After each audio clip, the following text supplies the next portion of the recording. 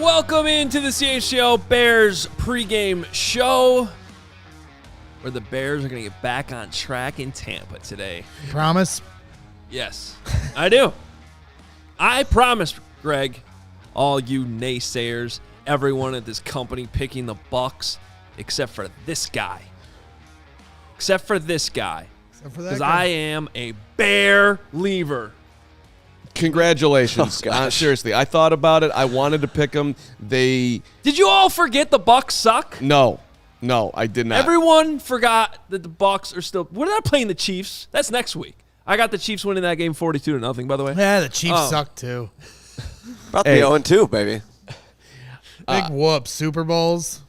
I think I'm still scarred by the last time we went down to Tampa and Fields threw 3 picks and fumbled the ball. It looked horrible. I was there. And they lost 38-3. Tom Brady was playing in that game. Threw 4 touchdown passes. Mayfield is playing today. Baker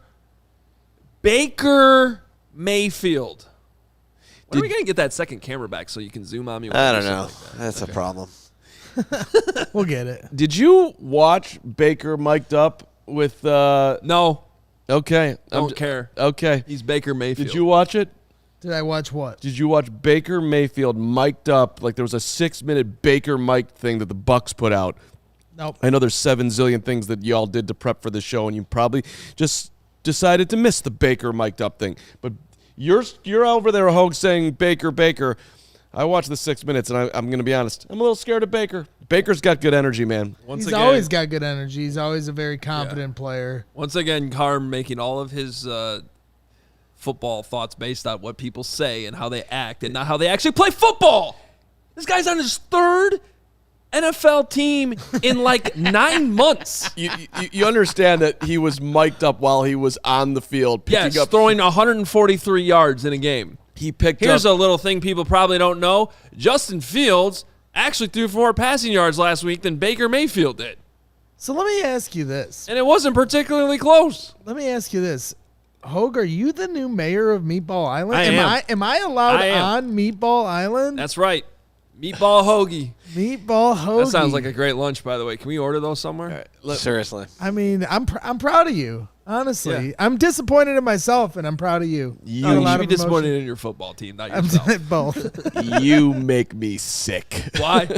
I just feel like everyone forgot that. Like we spent. When did the schedule come out? May 11th, 12th, whatever. Every day since then, until last Sunday. Oh, this was a win. Week 2 against the Bucs was circled as a victory. It was on my list when I broke down and came up with my. I don't know if the Bears have ever had, or their fan base have ever had a reality check like we had last week, and that's what it is. It's hard to come off of it because of how bad they got beat. Right. You know that the 2019 game against Packers to start the year, that was a reality check, but they could have won 10-3, close game. Last Sunday was the most one of the most in a laundry list of embarrassing losses in my lifetime, and that one was like right at the top. So that's where it's hard for me. I need to see it today. So let me tell you what happens here. So look, this is a huge game. I think we're gonna find out a lot about the Bears today because and unfortunately one of those scenarios is we might find out that they're actually bad. Okay. That's on the table of possibilities. But if they're the team we thought they were before last week, which is a somewhat competitive team that should hover around 500 with a window of anywhere between 7 to 10 wins, when you have a performance like you had last week, the attention to detail at every single level for usually every single player goes way up. Yep. Okay, and that's like I've experienced that as a high school coach. Okay, a few weeks ago at Lake Forest, we had a terrible first half. And trust me, I spent more time the next week than I did the week before that game trying to correct things, right? So if they're the team that, and this part of that's just human nature, right? So if they're that team that we thought they were, they should be in much better shape today against an opponent that, yes, I understand Todd Bowles blitzes a lot, blah, blah, blah, and it's a problem, and we're going to get into some of these, like not having Nate Davis is, there's plenty of problems. I get it. We're going to discuss all that before the show's over and kickoff comes. To me, this has week 2 correction game written all over it. Because on the other side, you have the Bucs that went into Minnesota, and now they're sky high because they got a great win they weren't supposed to have, and they're feeling really good about themselves, and their attention to detail won't be at the same level as the Chicago Bears all week long. I can't even believe what's coming out of your mouth right now, but I like it on some level. You are you are turning into the coachiest coach of all coaches. Attention to detail. This is what's going to matter. At some point, it does come down to talent and who has better players. And yes, I will grant you getting the most out of their players, which, by the way, we should hit on the big news of the day as far as getting the most out of their players and Chase Claypool being active, going to play, having meetings apparently with Ryan Poles and Matt Eberflus and whoever over there. Is Chase Claypool, attention to detail, going to get the football in his hands today? Is Justin Fields, attention to detail, going to find DJ Moore more than 2 times, target him more than 2 times? Is Roschon Johnson going to be highlighted more? All these things. I mean, to your point about Chase Claypool, and we'll read the quote, if he doesn't, it sounds like he might be on the cutting block. Well, yeah, let's bring up the inactives. So we do have the Bears inactives. It is an interesting list, both in terms of who's active and who's not. Okay, so Nate Davis officially out with the personal. He had a death in the family. Kind of a sidebar conversation that we will definitely get to, but the bottom line is he's out today. Ja'Tyre Carter is expected to get the start at right guard in his place. Kyler Gordon is on IR, obviously, with the hand surgery after breaking his hand. Josh Blackwell, his backup, is out. Not ideal. Greg Stroman Jr. expected to get the start at nickelback today. Tyson Bagent, we knew about. Equanimous St. Brown, inactive again for the second straight week. Chase Claypool is up. So that's what we're talking about. And then the big one that's maybe a little bit of a surprise here on game day, Deontay Foreman, inactive. And that is, if you have not picked up Roschon Johnson in fantasy, go do that right now. He's available in most leagues. You should go do that right now before kickoff. I'm not even saying play him today, but he should be somewhere on your fantasy roster at this point. And so that's the other big one. We'll talk about a number of different factors here, but we got to talk about Chase Claypool because Ryan Poles, the Bears general manager, goes on the team's pregame show every single week, talks to Jeff Joniak. So he was on ESPN 1000 a little while ago. This just aired. And if you didn't hear it, we're going to tell you exactly what he said because this was very interesting, and credit to Jeff for asking the question. Here's the answer. Ryan Poles, when asked basically just about how Chase Claypool played last week, Ryan Poles said, quote, "I would say, really, for anyone on our team, there's a standard for how we're going to play football here, and if you can't rise to that standard and live in that space, it's going to be hard to perform for the Chicago Bears." Now, that right there is only half the quote, and already is pretty pointed response, right? So here's the rest of it. With Chase, so now he's specifically talking about Chase, not in generalities with the whole team. I think he's a guy that has all the motivation in the world to be a good football player. He's got to clean some things up. We've had some good conversations. I expect to see him make those changes. And if he doesn't, then we'll have to figure out what we're going to do after that. So to pick through that the way I know you would, Carm, when he says Chase is a guy that has all the motivation to be a good player. He didn't say is a guy that has all the motivation. He has all the reasons, but why isn't he? And so he's calling him out directly, obviously. And to me, that means it's put up or shut up this week. If he doesn't show effort in blocking and effort every time he's out there, leadership on the sidelines, he is going to be cut. That's what I take from that. You stepping into my chair on the breakdown of that quote, I didn't really like it, to be honest. I didn't do it as well as you. And I would not have delineated it the way you just did. But I do think it's clear that I think he believes that when Claypool said before the start of the season, I want to prove to the people that believe in me, I want to prove them right. I want to prove to the naysayers that they were wrong. He was getting all the praise in camp from Justin Fields and company for how he has matured from when he got here to where he is now. And then he had a horrendous first week, not catching any balls, looked bad blocking, not his forte. Now he's called in the principal's room. They've had some conversations. I thought it was ridiculous that people were speculating that he would be inactive. You're not making this guy inactive. If you get to that point, you're going to cut him, because if you make him inactive, you're going to lose him. It's already over. So I do think, to the back end of what you just said, Braggs, it is put up or shut up for him, though. Like, there are no you have been called into the principal's office. You've used up all your ditch days. However you want to school analogy it, he has to have a game finally where you have some level of, oh, that's why we traded for him. And also, can I nitpick one thing before you jump in here, Hoge? Stop saying that the Bears traded the 32nd pick for him. The Bears traded a second-round pick for him. They did not know the number that it was at. And maybe if they knew that they had 32, I don't think they would have made that deal. I just think they traded a second-round pick for him, which they thought was going to be much higher than, like 8 slots higher than 32. They traded for him immediately after the win against New England, and I don't think there were 3 anywhere in their wildest dreams they were going to lose out. Right. I don't think they thought they were going to be. Don't tell me that they made that deal with the idea of losing, because you don't do that with the idea of losing. So the 32nd pick, it's a nitpick, but it bothers me because that's not really what they did. Yeah, I don't think it matters, though, because it was still a second-round pick was way too much. Agreed. Yeah. Agreed. You had 2 of them. Okay, because it was after the Roquan trade, and you could have traded the other second-round pick, which you knew. Come on, if you thought that your pick was going to be not as valuable because you thought you were going to play better than the Ravens the rest of the year, what? Right. All right, but 3 things there. We knew that the free agent market for wide receivers in the offseason was going to be razor thin. He knew that. I think that's part of the reason he was trying to get ahead of that by adding to a room that desperately needed help. You didn't know you were going to get the number 1 pick to be able to flip it for DJ Moore.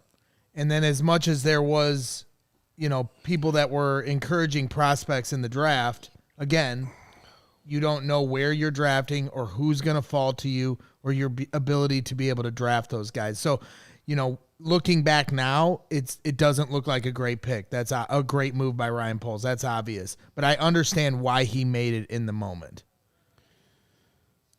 Yes. I don't. I guess my point is it doesn't matter. It's right. It looks like a horrible trade. If it doesn't work out, he deserves the criticism. Listen, and here's the other thing too. I think if you go back and you watch our emergency podcast that we did when that trade was made, the most views we've ever had for any show that we've done, 4,000 people were live on that. The Bears Nation was so damn excited about it. Yes. Yes. I think we probably all said. I think we probably questioned. I didn't. I was excited. Well, no. I think we probably questioned what was given up. We were surprised that maybe the compensation was as high, but we all probably said that it was a good in the moment to get Justin Fields some help sooner than later with what he had out there.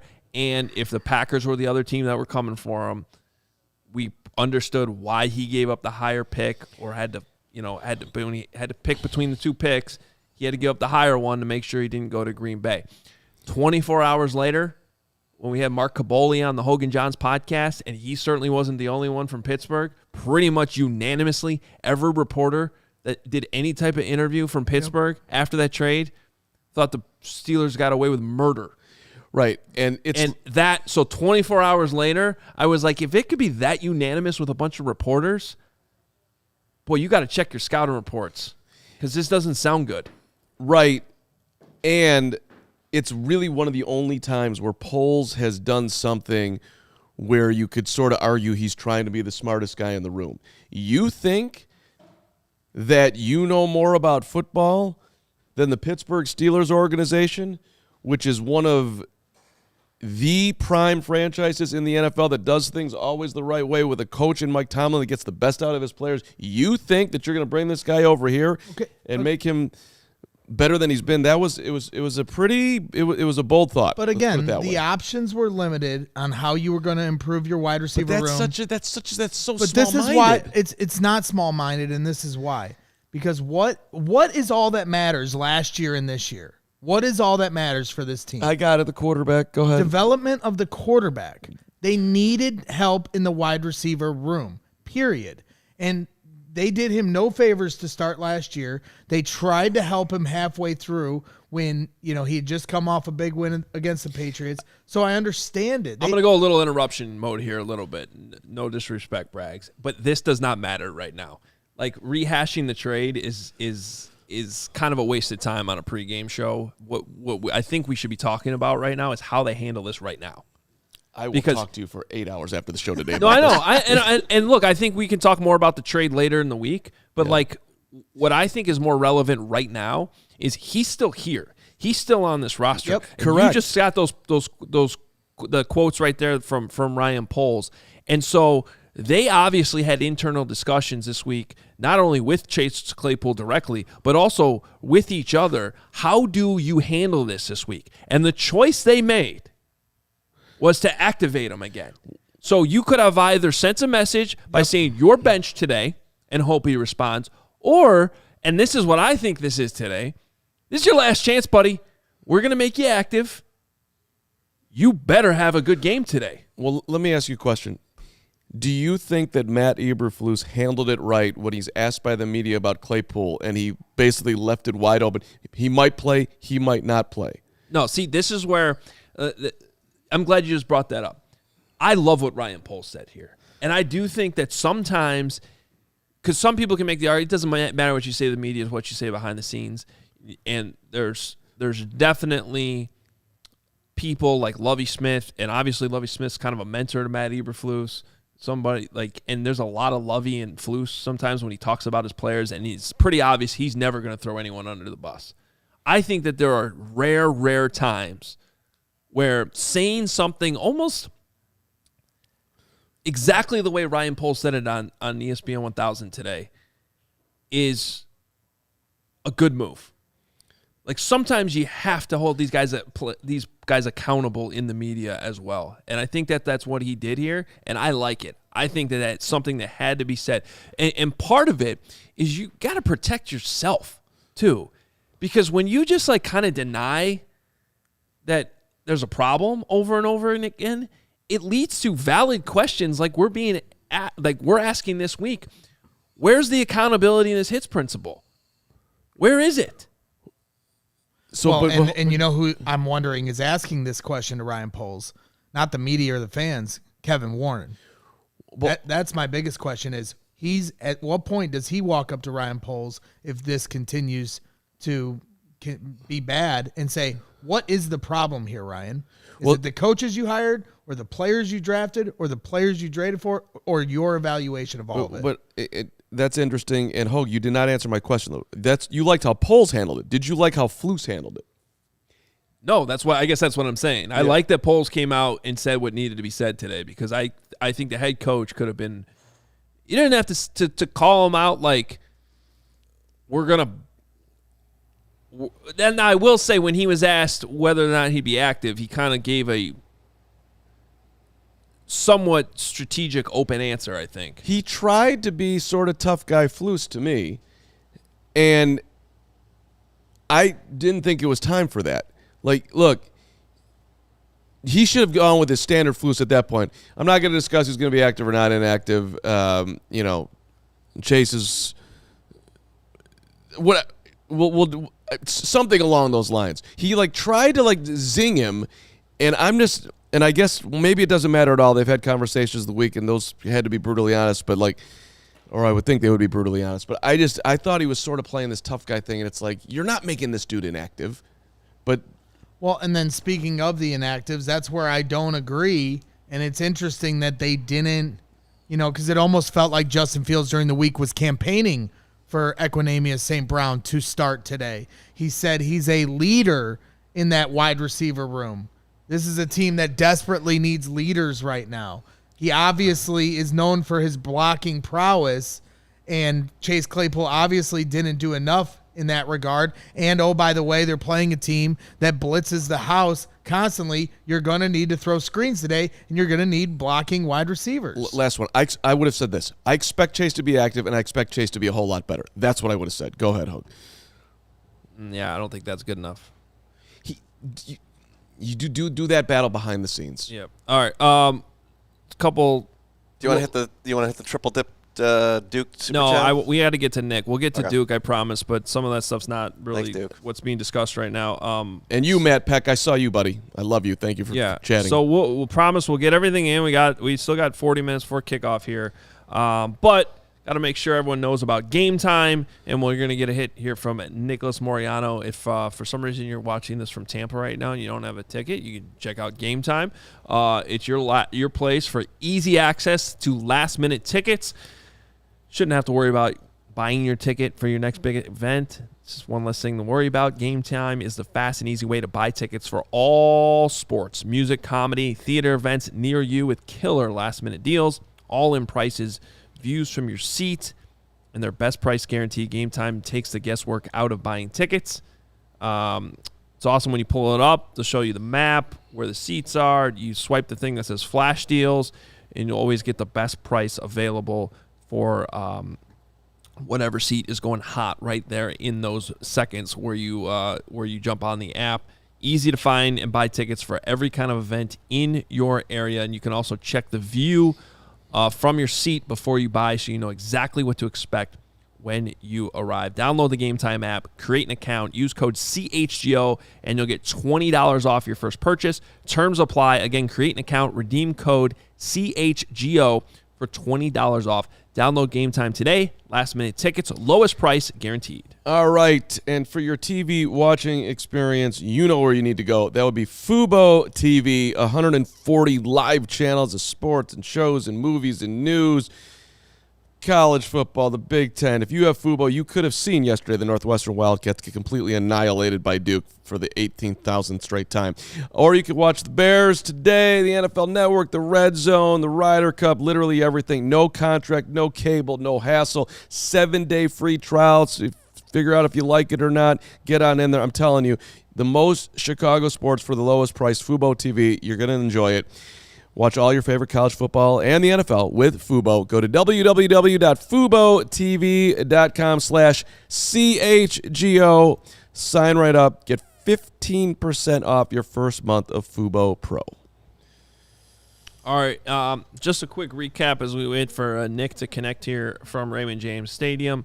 A lot of guys out for the Bears today. Your left guard, Tevin Jenkins, out on IR. Your right guard, Nate Davis, is out today for personal reasons. So all three spots on your interior O-line is different than you ideally wanted it in the offseason, because you also have Cody Whitehair sliding over to left guard. Again, we're expecting Jatiri Carter to play at right guard. Do you think they got that right, Carter over Feeney? Yes, I do. I He's been agree. here longer. He's earned it. Feeney is clearly here just for depth purposes to have a veteran backup. If anything, I'd like to see Feeney go in there at center if Lucas Patrick continues to struggle. Feeney is on the all mullet looking incredible team, so I do want to see him play at some point, but I don't want to see him play. He's better with his helmet off on the sideline, so you can actually enjoy that mullet. That's an excellent point. But overall, I'm just happy that they got it right. Play the young guy.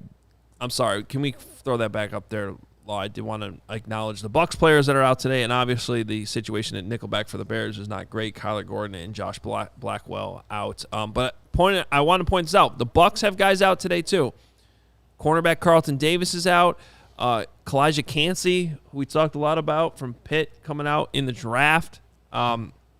He's out with a calf injury, not playing in this game. And quite frankly, I don't know how important Servassier Dennis is, but his name is Servassier Dennis. And if you do a pregame show and get the opportunity to say Servassier Dennis, who I believe played at Pitt and I think was in a Hoge mock draft at one point, probably only because his name is Servassier Dennis, you have to say that. Congratulations. So there it is. Carlton Davis is our top cornerback. It's a big deal. Yeah, Carlton Davis. And I think Cansey being out too. Cansey played well as a rookie, and Lord knows Corey Wooden spoke enough about Kalijah Cansey wanting him to be a Bear, so that's another win. Well, this is number 1-3 technique. Yeah. Over Jalen Carter. So, do we have Nick or no? We do have the voice of Nicholas Moreano. Nick, are you there? He's muted himself, though. Nick, are you unmuting yourself? Come on, Nick. All right. I think Nick's I guess not. I don't know. think Nick's having some issues All right, well. connecting from the stadium, which happens from time to time. We'll have to get those fixed. Why don't we throw up those super chats then? Because we got a bunch of super chats coming in. I know we got some from the Duke. Joe Calcagno jumping in here, $4.99. I really think the staff dropped the ball with Davis. You can be private and still convey support. It feels like the Jenkins situation, but worse. So, yeah, we haven't really touched on this yet. And this is where the Duke's triple dip is. So you want us to read all these and then we can get into it? Sure, yeah. The Duke saying 1999, our thoughts and prayers are with Nate and his family. We ask that his privacy be respected at this time. That's all the Bears had to say. They're so stupidly secretive. This is on the Bears. Then his next one, also 1999. As someone who's done it before, when one of your people is going through this, you don't have to give details, but you have to make a statement like the above to ensure the employee's character or performance are not the issue. And then another 1999er. We appreciate you, Duke. The Duke. Love you, Duke. He says, also shame on DBB. Is that the Bears blog? For chastising fans on Twitter. The fans are suspicious of an organization that acts nothing but suspicious. Yeah, look, I think first and foremost here, just Nate Davis had a death in his family. So at the end of the day, that's the most important thing. And it's sad. We don't necessarily, at this time know who it is, nor does it really matter. That's his business. And but obviously it's a big deal. So our thoughts are with Nate and his family. And he's not playing today because of it. To just brush outside of that, to just brush this whole thing off as like, okay, now there's an explanation and it's been handled 100% well from start to finish. I think that would be lazy, quite frankly, because we're only a week removed from the head coach being asked directly for a guy who's missed a lot of practice time. Were those practices missed because of injury or because of personal reasons? And he very explicitly said the only practice Nate Davis missed because of personal reasons was last Thursday before the Packer game. So everything else was an injury, which when Nate Davis gave the press conference that he gave, which I believe is the only time he talked all of preseason, he just kept saying he didn't want to talk about it, didn't want to talk about it, didn't want to talk about it. So assigning blame to it, I don't know if it really matters, but there's a reason why a huge amount of fans at this point have been frustrated. There's a lot of money's been spent here on a guy who hasn't practiced a lot. Yep. Didn't necessarily play great last week, as I pointed out. I thought he played better than like Pro Football Focus gave him credit for. I don't believe he gave up 9 pressures. I'm not really sure how they came to that total. But yeah, the whole situation sucks. Most importantly, because someone died in his family, and that's sad. Do you think that Matt Eberflus was telling the truth, or was he covering for what actually was going on with Nate Davis? I have no idea. Yeah, I don't know. And I don't know how much this matters, but it bugs me. I'll just say that. Ryan Poles with the media is excellent. He has a very clear idea of how to be honest, tell you things, let you in on his thought process without giving things away. He was very transparent about his trade for the number 1 pick. He says things. He's out in front of things and talking to the media in ways that some don't do, and I think it's incredibly refreshing. Matt Eberflus, to this point, and I don't think it's going to change, he's just not good at it. He doesn't understand what he can say and what he can't say. It's awkward. He's weirdly protective, and it is not comforting to the fan base listening to him because he just doesn't. He is a coach that is used to being a defensive coordinator, linebackers coach, being in the front-facing guy. It's just not. It's not his game. I'm sorry. All the fans that say, "Oh, I wish they would have just said something to begin with that he had personal, and you don't have to go into detail." Well, if Nate Davis asked them to not do that, then they're going to respect that. But then that means that if Matt Eberflus lied and said it was over injury, he's not helping matters by doing that and just saying we're not commenting on the Nate Davis. That's all you say. You don't start making things up to cover for Nate. I mean, I understand where the confusion for fans is. But I think there was an injury in camp. Remember, he was out there every day. It's not like he was missing. It's not like he.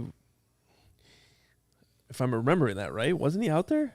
He was in. He was out. He was gone. It was the whole thing was weird. But we saw him sometimes. There he is. There's 64. Oh, now he's and then he was gone for a week and then he was back. I have no idea what was going on. The bottom line is also, if you want to include everything in it, if Ryan Poles could rewind time right now, if you put him on a lie detector test, would he have signed Nate Davis? My guess is no. I mean, this seems like a swing and a miss. Maybe it'll look a whole lot different by the end of the season, but right now, I think it's way too early to say that. I think it's way too early to say that. Okay, I mean, obviously, when people go through family tragedy, that's a whole nother level, and I'm not saying there's a sensitivity that needs to be had for that. However, this one doesn't look particularly good, and even just the football side of it, they wanted to sign a right tackle, they got outbid on McGlinchey, and then they weirdly pivoted to bringing in a guard. I understand they had a lot of needs, but at the time, I was caught. It seemed weird to me. Yeah. Well, again, what matters here is that Nate Davis. Whatever he and his family are going through, I think it's been going on. There were times where they tried to hint that something was going on. Ryan Poles brought up personal reasons when he was on Hoge and John's in Indianapolis. So it's just tough. Yeah. Do we have Nick now? I think so. Let's give it a shot. Nick, okay. You there? I keep saying guest has muted himself. I don't know. That's fine. We're going to move on. Yeah. We'll talk to Nick post-game. We'll get that figured out. I was a little curious on the weather situation, but from what I've seen, he did tweet that it was very hot when he was he showed Ryan Poles was doing his daily or game day routine of walking around the field in his weighted vest, and Ryan was still doing that today. And in the caption, Nick said that it was extremely hot, which is not a surprise at Tampa. The one question I was going to have for him that I was curious about is I know in Miami they put the opposing bench in the sun where the Miami's bench is in the shade. And I was curious if that layout is the same in Tampa. You've been there. I don't know if that's something that I think a noon game from my time there, both teams are in the sun. The Miami Stadium's a little different because of the way they built the overhangs to cover the fans from weather. Tampa's more open. Most of the stadium, if you're in the stands, you're going to bake. And so I don't know that it makes a difference for a noon game, But yes, I would imagine that depending on the time of day and if it changes throughout the game, that if you're the Bucs, you are on the sideline where you get the shade early. That's a huge element of this game. Yeah. That people always underestimate when you go to Florida and have to play Miami or Tampa. Yeah. I think Tom Brady had a losing record at Miami and playing the Dolphins. Yeah. Tom Brady doesn't have a losing record against anybody, but that just goes to show you the difference in what it's like to play down Yeah, there. it's going to be interesting to track that today. I can tell you from experience, because I did sidelines for the Outback Bowl when Northwestern played Tennessee there. Now, that was on New Year's Day, so, it's not September. It's not nearly as humid. But, yeah, we were in the sun the whole time from what I remember. And, again, it wasn't nearly as hot. So the heat's a thing. The Bucs have been practicing in it for months. The Bears have not. At least not to that level. It's going to be something to watch as this game goes along. If you're going to get really technical and scientific with the uniforms, technically the orange unis will reflect the sun better than the navy blue. That's what Scott W. is saying here in the Super Chat. They're probably wearing orange instead of navy because of the heat/sun in Tampa. It's true. I think it's like second to white in terms Thank you, of Scott. Yeah, so that's why the Bucs wear their white jerseys at home. Attention to detail, baby. Bears. I mean, you can laugh, but this shit actually matters. Like Cool teams colors, think about this. Green, blue, purple, those colors will soak in the sun, whereas red, orange, and yellow will reflect the sun. That is how the color wheel works, Carm. So Interesting. Take an art class once in your life. I mean, I think it's gonna look. Whoa! Don't bark at me in my art I classes. know you're making it look like you don't know what the hell we're talking stray. about. I took Mr. Bladholm's art class. I built I did something with toothpicks. All right, I'm saying I'm giving the Bears credit. And by the way, Hoge, did you see the breaking news outside the window? No, I didn't.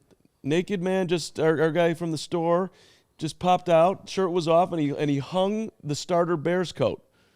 Did he wave to you? It's beautiful. I didn't get a wave, but we're And Instagram if friendly. the wind blows that jacket down on the alley, I'm stealing that jacket because it's No, sweet. we're giving it back to him because Is he that is like a an old diehard. starter jacket? It's a sweet one. I don't It's know a if it's sweet-ass they make coat. They make the new throwbacks. It might be that, but it's a sweet jacket. So better hope that don't hit the alley, naked guy. I'm coming for that. It probably doesn't fit me. All right, I feel better. Orange reflection Bears Speaking fields, of which, not gonna that cramp. orange Meatball Island shirt would probably be pretty good down there in Tampa. That's today. true. That's true. Let's get to a new thing we're gonna do called fill in the blank. I'm excited for this. You ready for this? Yes, I am. All right, we're gonna start. Regardless of what your prediction was or is, the Bears will win today if. Go ahead. Justin Fields throws for 200 yards. 200 is all I need. He had 216 last He week. did that. Yeah, I was gonna say he did that last week. Right. 200 yards. If he does that today, the way I think he's going to do it, Bears are going to win this football game.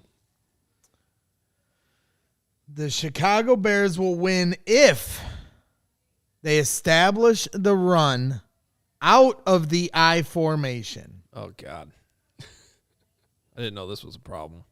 It is a problem. They were in the shotgun way too much last week. Yeah. They had success when they put a fullback in the backfield and used him appropriately and got in the I formation, which also helps your play action game. It helps disguise what you are doing.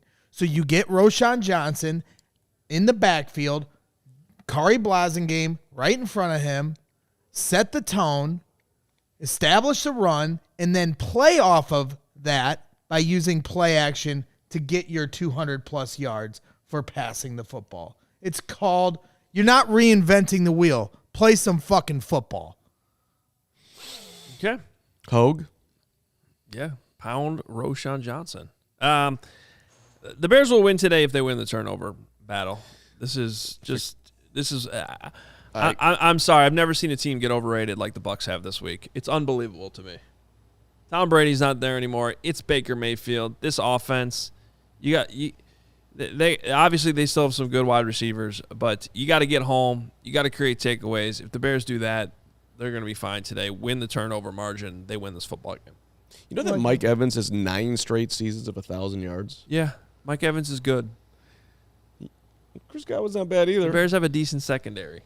Okay. They're going to be fine. This is a lot of confidence from Hoge today. I'm really enjoying this Hoge confidence and kind of baffled by it. This is at how the the same time. NFL works. Everyone overreacts to week 1, and everything changes week 2. Yeah. There's a couple other games it's going to apply to as well. Lawrence, if you could just clip everything Hoge has said about the positivity from the show today for postgame, I'd appreciate it. I would look at the Seahawks today, too, as another week 2 correction. Okay. The Lions, besides the Bucs, never seen a more overrated football team based on 1 win. If you're right, I'm just going to let you know you're getting such big hugs from me and Braggs. I don't want them. I was your wrong. negative hugs. I don't Do care. not want your negative hugs. I don't care if you want them or don't want them. You're getting them. You're gonna get it. Yeah, I mean, I couldn't have been more wrong going into a game than I was last week. So I've been wrong.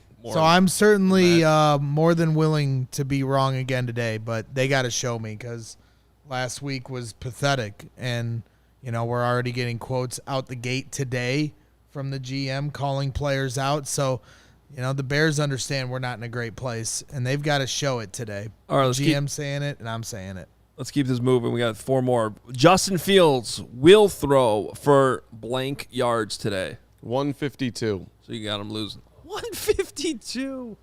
They They still scored 2 touchdowns last week. I They got had it. opportunities for. I got it. My goodness. I got it. You guys- Hey, listen, I got a bet with him. I got a parlay that we're going to get to, and I have him throwing for. I have him on the over. 152. Well, that's okay. But you also are going to have him over? I No, took it's him. not I that got you're him. gonna win. I got him over 149.5 along with some others. Oh, okay. It's only 152. 149 and a half? Well, in the parlay that I did. Oh, okay. Braggs. I put Justin Fields will throw for 200 yards, maybe. I'm sorry, guys. I can't fake it for you. I know we all love the meatball bit and all the crap. I can't fake it for you. I have zero confidence. As much confidence as I had going into last game, now that I have the evidence of an actual live game with this team, I have no confidence. And maybe I'm overcompensating like CP is saying in the chat, and I'm overcorrecting my meatballery, and I hope that's the case. And I hope Adam's right that the water will find its level, but I just have zero confidence, especially with a team that blitzes, Vita Vea.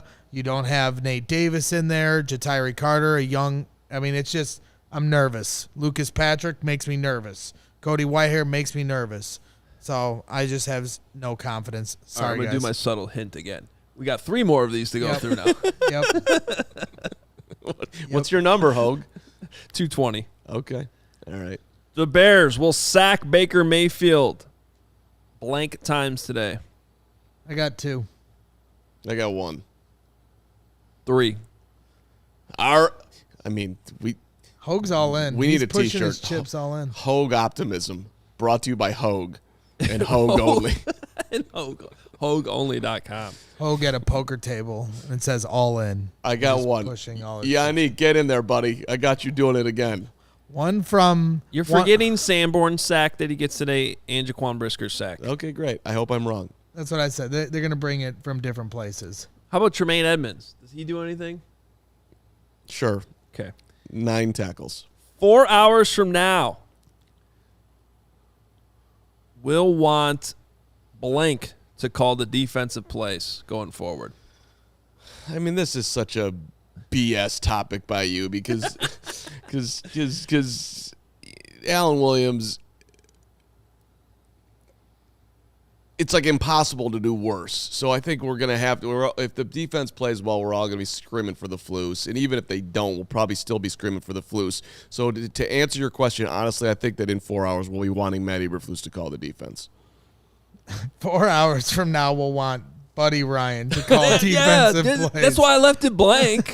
I mean, I'll probably want Vic Fangio to call the defense. Well, Bring back Buddy Ryan. Yeah. Bears. If we could just play that 4-6 defense, get Doug Plank back there. I take the L on that one. I should have thought more creatively. Yeah. Excellent point. I just love this fan base. The whole Nagy era, it's like Nagy can't call the plays. It's too much for him. He's got to be the head coach. Let Laser call the plays. Let Mark Helfrich call the plays. And now it's like, Matt Eberflus, please call the plays. By the way, in all seriousness, I think it's way easier for an offensive head coach or a head coach to call offensive plays than defensive plays. When you're handling timeouts and things like that, it's just the flow of the game. It's way easier when you're on offense to be involved in all that. So I mean, the Flus smiled and was like, I've done it for 12 years. Don't worry about it. Flus has got it. All right, Flusy, let's see it. All right, last one. Adam Hoge will swear blank times on the postgame show. I've got 0 times because after they do what I fear is going to happen, and that's a repeat of last week, all this optimism will turn to apathy. And Apathy, not me being angry about my wrong prediction? I think you're just going to, at this point, you're going to wash your hands of it. It's going to become an I give up situation. I'm going to go with vanilla chill here, where the over-under is going to be set at 2.5. I think that you kind of lulled me into a confidence that you know what you're talking about, and this is that the Bucs are bad and the Bears are better. You sound surprised.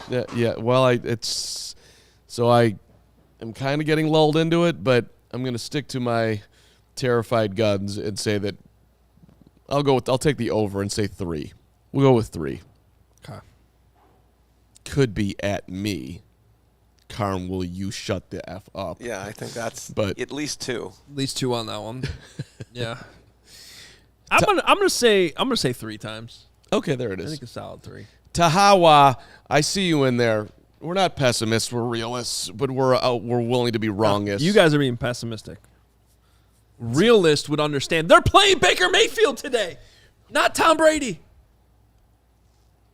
So you think you guys are being pessimistic, not realistic. So you think the Bears have the better quarterback? Yes. Okay. Yes, I think they have the better quarterback. I hope he outplays Baker today, obviously. I'm just filled with doubt. That's it's not even pessimist. I want to be optimistic.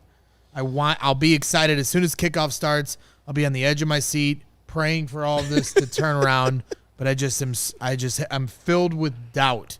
All right. I mean, Cody Delmendo has been out at Arizona watching the Cubs season fall apart. He's currently on a plane, by and the now way. he's on a plane, and he's writing at us, "I'm ready to be hurt again," which is one of his famous Cody great is tweets. never allowed to go on a Cubs vacation again. Yeah. What did they? He can go on vacation. They just lose every game. Baseball's been over to me for a while. What happened in Colorado? They're and just Arizona? melting down. They lose every How game. many games did they lose? They're 3-7 lost in like their 4 last in a 10. row. They've lost 4 games in a And row. every one of them by the slimmest of Dude, the White Sox margins. do that every week. What's the big deal? Well, but we're not it's- trying to be the White It's who they're Sox. losing to. That's not The good. bar is not the White Sox. The bar is also higher that, yeah. than that. Are they still in the lead for the wild card? Listen, It's like there's 4 teams that are within like half a game. It's crazy. But are they in the lead? Listen, one Yes. crisis at a time, okay? The Bears are the crisis we have to deal with now. Cody can figure out the damn Cubs. My friend, by the way, Brian Souter, prayers for the low energy downers, CHGO. Hey, Souter, Yeah, you guys are low energy downers. we don't need prayers from you, buddy.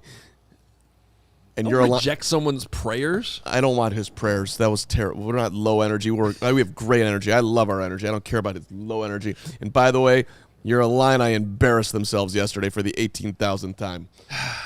700 Yeah, I was turn. really tempted to take Illinois as my lock of the week, and then I didn't. So that was a good move. I just wish I could bet against them. Yeah. All right. Hey, CHGO is supported by Goose Island Beer Company, Chicago's beer since 1988. It's a good time to grab. I had my first Oktoberfest yesterday, actually. That means fall has officially started. The beer hug can't go wrong. The whole beer hug family. Carm's going to need some beer hugs. Hugs in general. Sokolowski, F your energy. We have great energy. I love our energy. I need 7,000 Goose Islands today. 312 Wheat Ale, full pocket pills.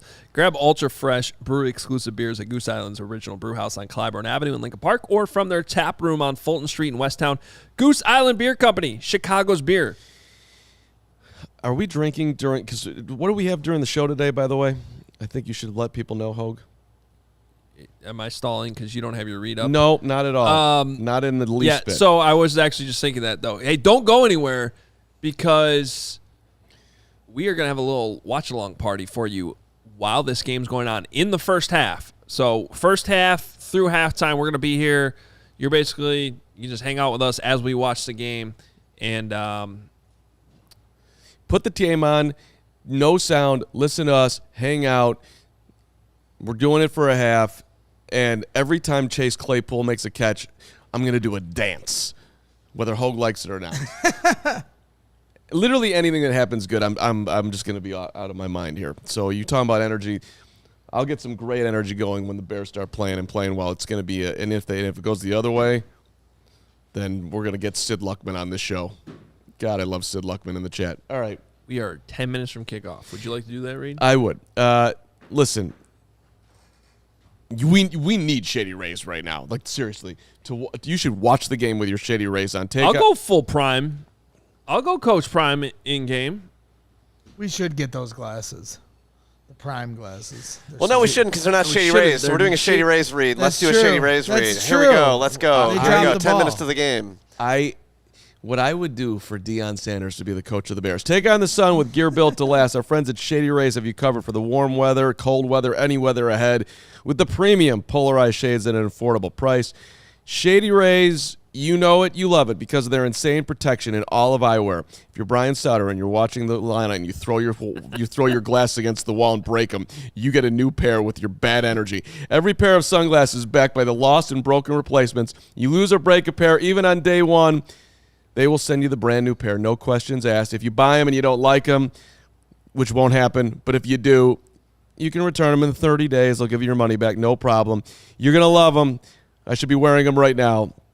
Exclusively for you, all our positive Bears listeners who we love so much, even our negative ones, Shady Rays is giving out the best deal of the season. Go to shadyrays.com, use the code CHGO, 50% off.